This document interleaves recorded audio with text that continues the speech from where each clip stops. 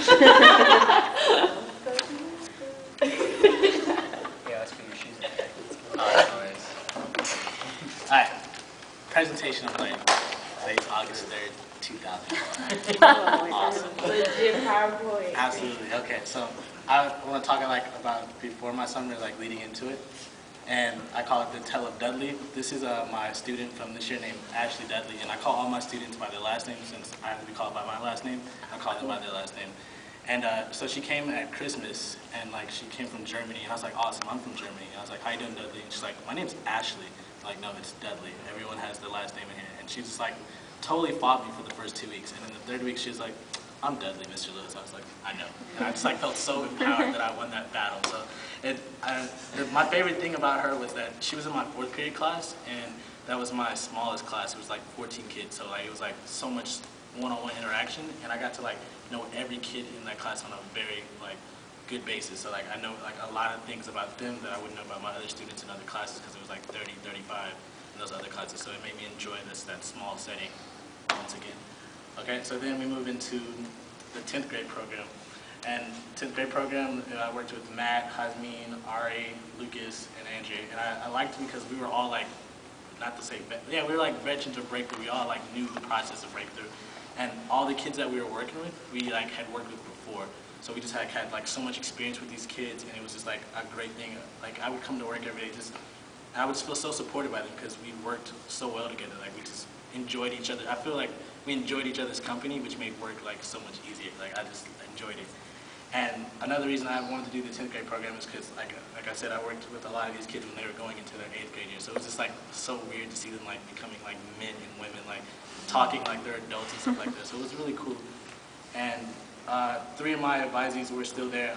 This is Diana. That was us when I had hair, and that was 3 years ago. And she was going into 9th grade.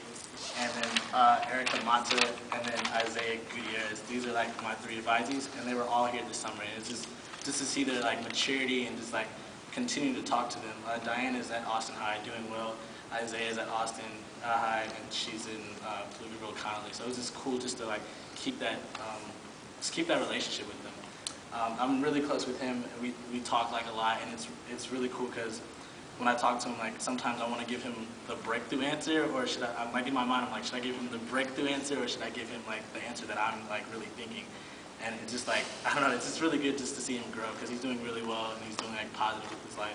And at night, that makes me sleep better, because I'm man, I'm influencing a kid to do better than maybe he wouldn't be doing before. So that's that. Then Breakthrough Maynard, it was just a different experience. I never really had been I'm used to just having my set of things. I think I'm used to structure. That's what it is. I'm used to being at 8 o'clock I'm doing this, at 9 o'clock I'm doing this, and it was just really different. It was just really different. So when I got there, I was just there'd be some days I'm just what do I do? I know I have Breakthrough Gets Fit. I know I have working lunch, but it was just really different to just not have a set schedule. Every day it was different. Hasmin, how you doing? Sorry. Thanks for messing up my flow. It's going good. But yes, it was just really different to have not any structure, just to float around and see who needed help.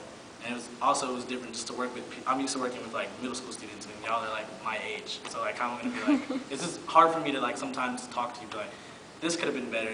We're the same age. How am I gonna tell you to do something like that? It just was hard sometimes. So yeah, that was that. And then new responsibilities. And it says the more I think, the more confused I get. That's how I felt some days. So yeah, Breakthrough Gets Fit. I couldn't have done that without Elliot. There'd be some days where I'd just be driving back. I'm oh my God, I have Breakthrough Gets Fit tomorrow. What am I gonna do? Don't worry, Elliot's the man. He's Kobe. I'm just gonna give him a call and we're gonna work it out together. So he helped me out really well with that. Working lunch, a lot of kids really hated me because of working lunch. Cicely would cry at lunch, and I felt bad that I was making a girl cry, but that was the rules. Helping teachers wherever needed, that was I don't know, it varied day to day. Some days I would be in one class all day, other days I'd just be, just floating around doing whatever. And then helping with student breakdowns. I teach 8th graders, they don't cry. These kids are emotional, so when they would cry, I'd just be what are you doing? But